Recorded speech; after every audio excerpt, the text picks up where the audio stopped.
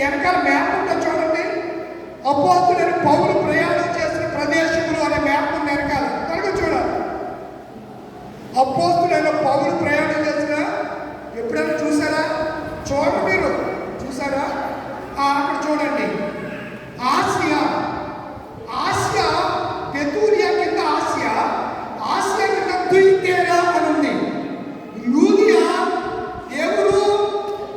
తుయితేరా. లూదియా అనేది పేరు పట్టు కాదు. పంజాబ్లో లూధియానా, పాటియాలా అనే జిల్లా జంట నగరాలు ఉన్నాయి. హైదరాబాద్ వలె సికింద్రాబాద్, హైదరాబాదు జంట నగరాలు ఉన్నాయి. పంజాబ్లో, భారతదేశంలో లూధియానా, పాటియాలా అనే నగరాలు ఉన్నాయి. ఈ హీరో హోండా సైకిల్స్ ఎన్ని కూడా లూధియానా అనే పట్టణంలో తయారవుతాయి. పంజాబ్లో సిక్కులు నివసించే ప్రాంతంలో అది ఊరి పేరు. లూధియా అనేది మనిషి పేరు. ఆమె యూరప్ ఖండం నుంచి, ఆసియా ఖండంలో నుంచి ఏ ఖండంలోకి వచ్చేసింది? యూరప్ ఖండంలోకి వచ్చేసింది. యూరప్ ఖండంలో మాసిదోనియా అనే ప్రాంతానికి, ఫిలిప్పి అనే ప్రాంతానికి ఆమె వచ్చింది. అక్కడికి ఎవరు వెళ్ళారు? పౌలు గారు. మీరు చాలా బైబిల్ పట్టుకోవాలండి. అంతేగాని లూదియా పేరంటే గొర్రెలేగా లూదియా పేరే కాదు, ఊరి పేరు. ఊరి పేరా ఉందా బైబిల్లో? మీరు అపోస్తుల కార్యం 16వ అధ్యాయం అంతా చదవండి. ఎక్కడన్నా లూదియా అనే పేరు పట్నం పేరు అని ఉంటే చెప్పండి. నేను కూడా మీ దగ్గర నేర్చుకుంటాను. చెప్తే నేను కూడా నేర్చుకుంటాను. నాకు తెలియదు, మరి మీరు తెలియని విషయాలు చెప్తుంటే అదే ఇలా కూడా ఉందా అని నాకు ఆశ్చర్యం వేసి మీ దగ్గర నేర్చుకోవాలని ప్రయత్నం చేస్తాను. నేను కళ్ళబల్లు వాటిలో లేని వాటిని కల్పించి చెప్పకండి. బైబిల్ లేదంటే అదే చెప్పాలంతే. లేకపోతే దేవుడి వాత్సల్యాన్ని మనము పొందుకోలేము. దేవుడి వాత్సల్యాన్ని మనము పొందుకోలేము. వాత్సల్యం పొందాలి అంటే మనం ఎలా ఉండాలి?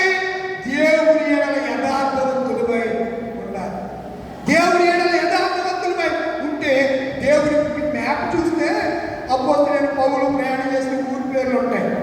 యేసు కొత్త నిబంధన కాలపు పాలస్తీనా అంటారు. ఇశ్రాయేలు గోత్రపు 12 గోత్రాలు తెలుపు పాలస్తీనా పట్టణం ఉండాలి. తర్వాత అబ్రహాము ప్రయాణం చేసిన ప్రదేశాలు ఎన్ని మ్యాప్లు ఉన్నాయి చెప్పాలరా? అయ్యి బాబా 4 మ్యాప్లు ఉన్నాయి. ఎన్ని ఉన్నాయి?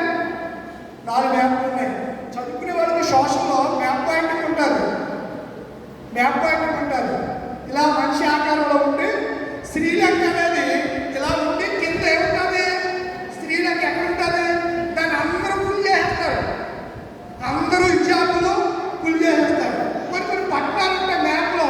వాటిని పాయింట్ చేయడం కుదరక ఏమవుతుంది? తప్పులు రాస్తారు, 0 మార్కులు పడుతూ ఉంటాయి. మనకి చరిత్ర కూడా చాలా అవసరం. ఈరోజు ఎన్ని విషయాలు చెప్తున్నానంటే, ఇర్మియా చరిత్రానుసారంగా ప్రవర్తించుకుంటూ వచ్చాడు, ఏడుస్తున్నాడు. అలాంటి స్థితిలో దేవుడు అతనితో మాట్లాడుతూ ఈ మాట చెప్పాడు. ఏమిటి ఆ మాట అనగా చూడండి. ఏమిటి ఆ మాట అనగా 22వ వచనం. యెహోవా ఏంటేమియా మరీ నీచిగా ఆలోచిస్తున్నావు, నేను అంత కోపిస్తున్నా, అంత కోపపడేవాడినా అని చెప్పి ఎన్నితో మాట్లాడుతూ, యెహోవానైనా నేను ఎలాంటి వాడిని? కృపగలవాడను, నాకు ఎడతెగక వాత్సల్యము, ఎఫెక్షన్, కంపాషన్ అంటే కేవలం ప్రేమ మాత్రమే కాదు, అది ఒక లోతైన కనికరము, ఆప్యాయతమని అనురాగము మన పట్ల దేవుడు కలిగి ఉన్నాడు. అనురాగాన్ని కలిగిన దేవుడిగా ఆయన మనకు కనబడుతుంది. దేవుని ప్రేమ కనికరాలు, వాత్సల్యం కలిగిన వాడు, దయాళుడైన ప్రేమ అనుదినము నూతనంగా ఆయనకు పుడుచున్నది. ఒక తల్లి ప్రేమ ఉంటుంది ఆయన ప్రేమ. ఒక తల్లి తన చంటి బిడ్డపై చూపే ప్రేమ, లోతైన ప్రేమ దేవుడు తన ప్రజలైనటువంటి మనపై ఆయన చూపుతున్నాడు, వాత్సల్యాన్ని అనుగ్రహిస్తున్నాడు. కనుక నా ప్రియమైనటువంటి దేవుని ఇంటున్నారా మనము ఆలోచన చేద్దాం.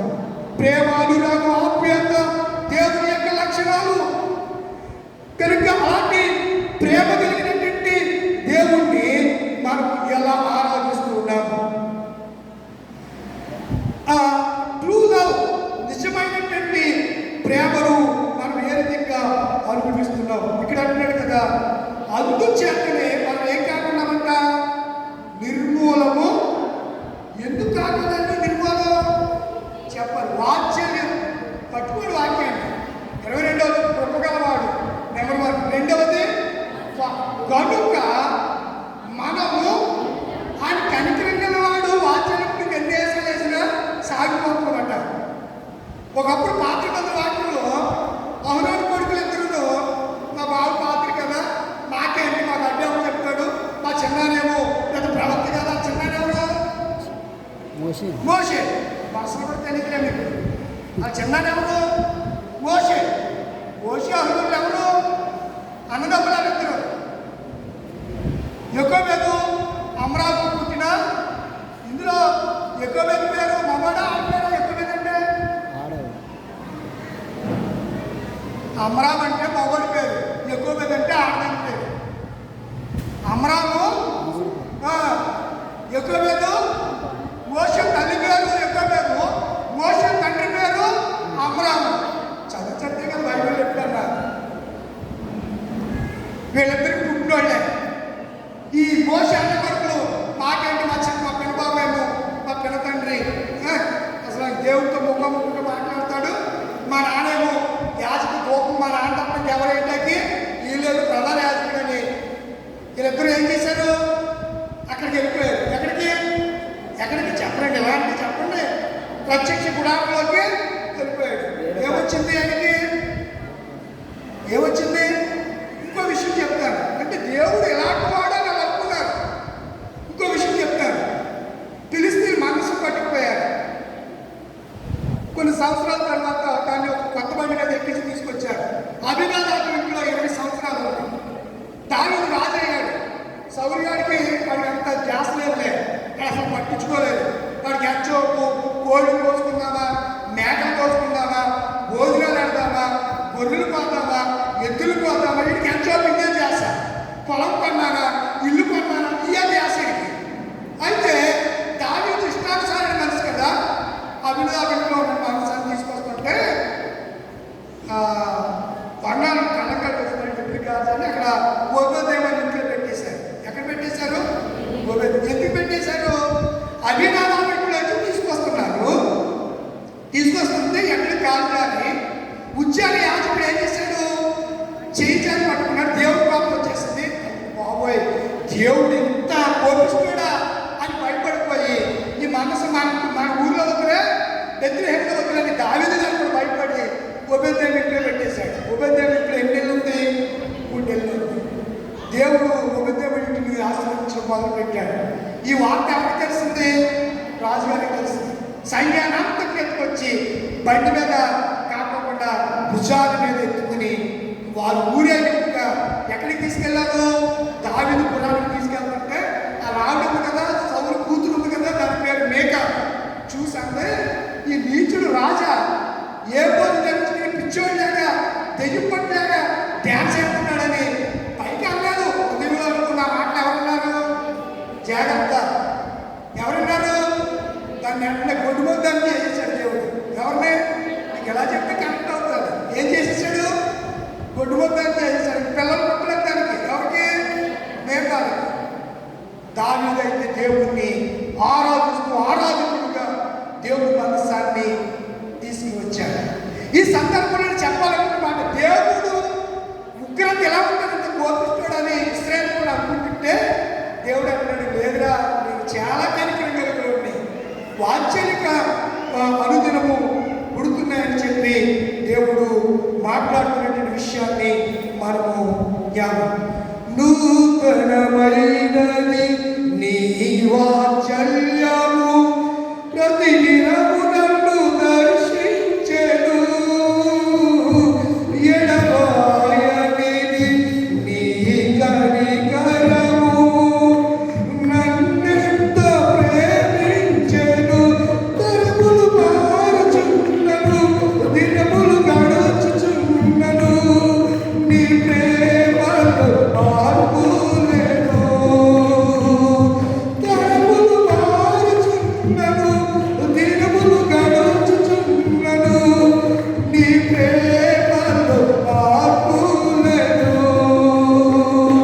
సన్నుతించెదను నా యేసయ్యను, సన్నుతించెదను నీ నామము, సన్నుతించెదను నా యేసయ్యా, సన్నుతించెదను నీ నామము. ఆయన అనుదినము మన మీద ఏం పుడుతుంది? వాత్సల్యం, కంపాషన్. వాత్సల్యపూర్ణుడైనటువంటి దేవుని ప్రేమ నూతనంగా అని అంటున్నాడు. కూడా అనుదినము నూతనముగా ఆయనకు వాత్సల్యంగా పుట్టుచున్నది. నీవెంతైనా ఇప్పటి వరకు ఇర్మియా కూడా దేవుడు కోపిస్తున్నాడు, అలాంటి ఇలాంటి దేవుడికి ఎంతో ఆశ్చర్యం కాబట్టి మనందరి కొరకు సిలువలో చనిపోతున్నాడు. అర్థమవుతుందా ఎంత ప్రేమ? సంగరాధన కీర్తనలో వీటి గురించి చాలా పాటలు ఉన్నాయి. ఇలాంటిదా యేసు ప్రేమ. ఇంకో పాట ఉంది, యేసు నన్ను ప్రేమించినా పాపినైనా. ఇది ప్రేమ కాదా? ఇది వాత్సల్యం కాదా? ఇది కృప కాదా? ఇది కనికరం కాదా? ఏమనుకుంటున్నారు దేవుడిని? ఆయన వాత్సల్యం కనుకనే మనం నిర్మూలన కాకుండా కనుక మనం ఏం చేయాలంటే ఆ 25వ వచనం, ఆయనను ఆశ్రయించి వారిలో యెహోవా దయగలిగిన వాడైనా. మనం ఆశ్రయించి మేలు చేసేయాలి.